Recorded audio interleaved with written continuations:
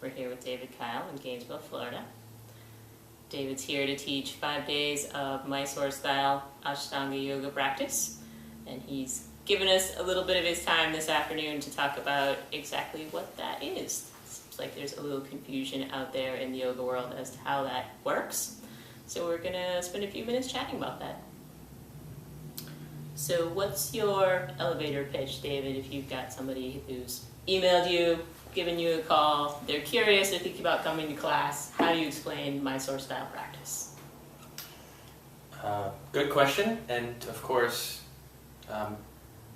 Mysore seems to get confused in a few different ways. First, it is a place, and it's the place where Ashtanga Vinyasa Yoga, of course, was originated, although if you don't know that, you don't know that. So those of us who are on the know, we know that part about it already. So the style is named after a place, but what it really is about self-practice. And it's about developing one's own personal practice. And the quick answer is always that you come and do a yoga practice, and I will guide you and help you as you need it. It's that simple. And it doesn't matter what level you are, because the teacher's always there working with you at whatever level you're at. So you have beginners, you have intermediate students, you have long-term practitioners, Yep. all together in one room. All together in one room, working in harmony as well. So in the Ashtanga tradition, there's two methods of practice. You have the Mysore-style practice and the lead style of practice.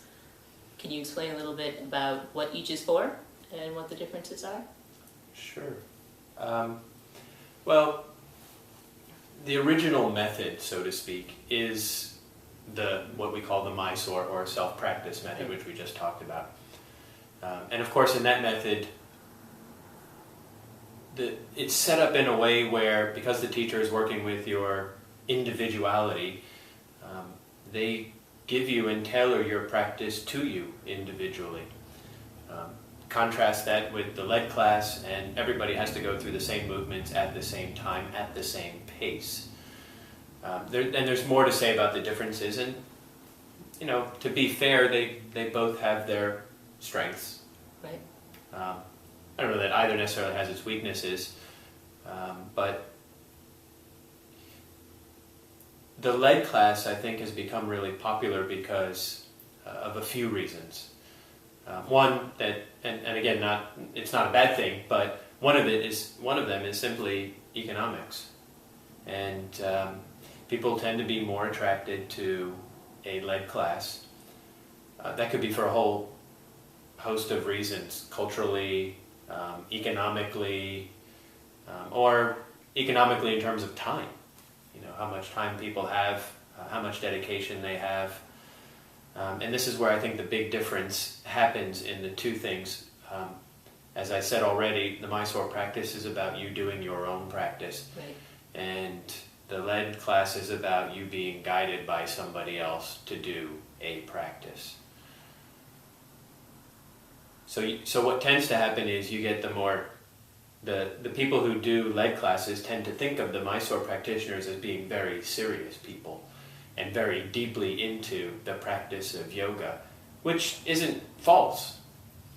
But at the same time, I think that creates a sense of intimidation, that they won't fit in, or they'll feel like they're not serious enough.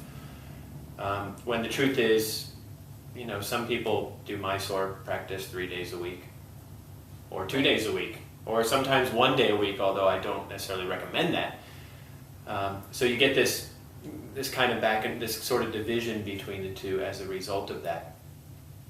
And the lead class itself, I guess the simplest way to say it is designed for people who already know the practice. It wasn't originally created to teach the method. It's been adapted in the West to teach the method, but that's not really its original intention. So you have both of them. Those are the basic differences. One of the things that you lose in the lead class is if you end up using it as a teaching tool and you end up explaining everything as you go along, what you lose are the key elements of the Ashtanga Vinyasa practice, which is breath, or mix that in with Vinyasa, the coordination of the breath and the movement together. You lose that quality completely. Because you're stopping and waiting for explanations. Exactly. And as a result, it becomes clunky, and invariably you would lose your control of breath, or the teacher saying when to inhale and exhale would be completely different from when you're doing it anyway. So that can create trouble, but what you gain is a lot of information. So that's the upside to doing it that way. So you have to know what you're gaining or losing from doing either.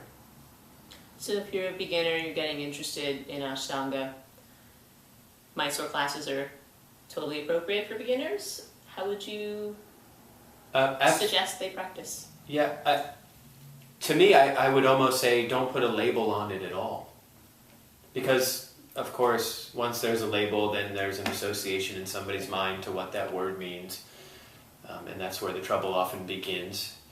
But totally, beginners are the best place, the best time is when you're a beginner, is to go to a Mysore class. There's no doubt about it. You'll actually get more attention there, and attention that is appropriate to your beginner nature. You won't be taken through an entire series of postures that you're really nowhere near ready to do, more than likely. So how does it work then? If you're brand new to this practice, you're coming into a Mysore class for the first time, as a beginner, what would you expect in your first day? If I were the beginner coming to a Mysore class, what would I expect? What would happen? What would happen? All right, if a total beginner came, let's change it around to make it easier for me. If a beginner came to one of my weeks of Mysore, which has happened, of course, I just tell them not to worry about anything. And as the teacher, I gauge what their breath looks like, what their ability to grasp more information is or isn't. And from that, I give them a piece of practice.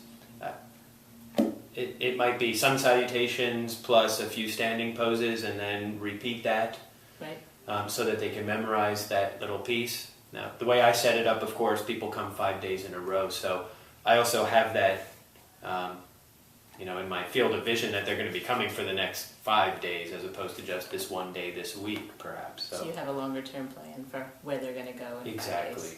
Exactly. But on the first day, it depends on somebody's physical shape, but sun salutations, if they can grasp that, great. And then, maybe the first 6 standing postures, if they're really good. Good place to stop. Yeah, a total beginner. And then maybe just either lotus or lotus prep as a finishing, and, maybe upluti to see. If it's a total beginner to Ashtanga, but they do other types of yoga, then they might actually do more than that. Because they have some familiarity with it, yeah. Right. Exactly. Okay. So what would you say to the students who are coming in that have maybe tried other styles of yoga where they've practiced in a led format in another style where there's a teacher guiding them through, or even Ashtanga, who've gone to led classes and they're curious about Mysore, but they still haven't quite decided to walk in the door yet because something about practicing on their own intimidates them? I'm not sure there's any easy way to get them in the door, or one thing that I could say, other than it's really about taking ownership of one's own practice. And if somebody's not ready to do that, then they're just not ready to do that. There's no other way of saying it. So do you think the Mysore style really does require more dedication than Yeah, and it doesn't mean dedication for life either. Sure. It just means, a certain level of dedication to be able to put down your mat and try to do it on your own, and possibly even face embarrassment and forgetting a posture, God forbid. Because those are the real hurdles, Sure. And that's what I mean by, commitment. You know, you have to be committed to possibly making a mistake. Willing to take that leap. Willing to take that leap, because that's all it is. Because of course the teacher never cares if you make a mistake, because that's their job. Actually, you're giving them something to do. Sure. To help you and make corrections to your practice. So, there's nothing in the way. It's not the Mysore that's in the way of the person who's already doing a practice, who's scared of doing Mysore. It's just them. Just the perception of It's just the what it will idea. be like. Yeah, and usually wrong perceptions of what's coming in the future. It sounds like a klesha to me.